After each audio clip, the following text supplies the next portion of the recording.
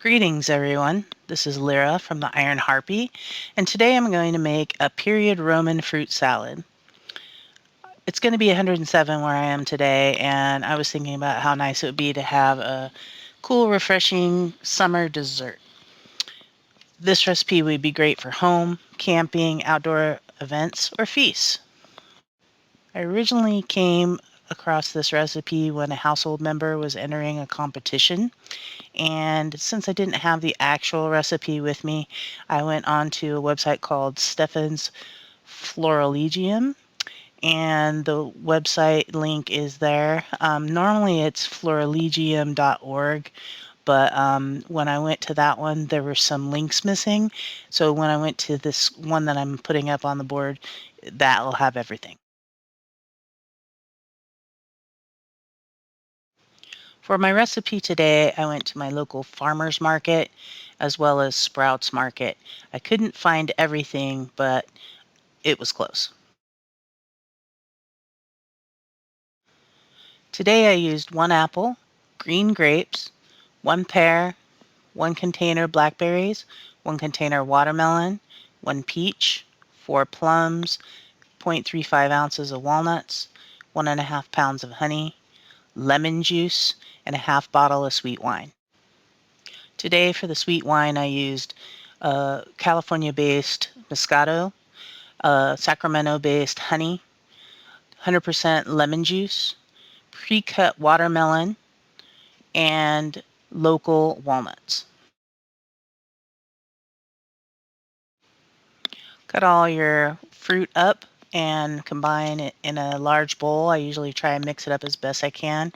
The bowl that I used was a large salad bowl size. Add 100% lemon juice to keep the fruit from browning. Add a medium container of pre-cut watermelon. I added 0.35 ounces of walnuts to the salad. You could also use almonds. Almonds were imported by the Romans. And of course, you can use this as an optional ingredient because of nut allergies. Add 1 to 1.5 pounds of honey. I used a local wildflower honey. Add honey or subtract honey to your taste. Mix everything up, the honey and the fruit.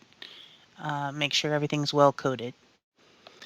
Next, I added the sweet wine. I used about half a bottle for this bowl. So depending on how much of this you're making, will depend on your taste of how much wine you use. Also, you can use this, this is completely optional if you make too much fruit or if you need to add, have something that's non-alcoholic, you don't need to add it.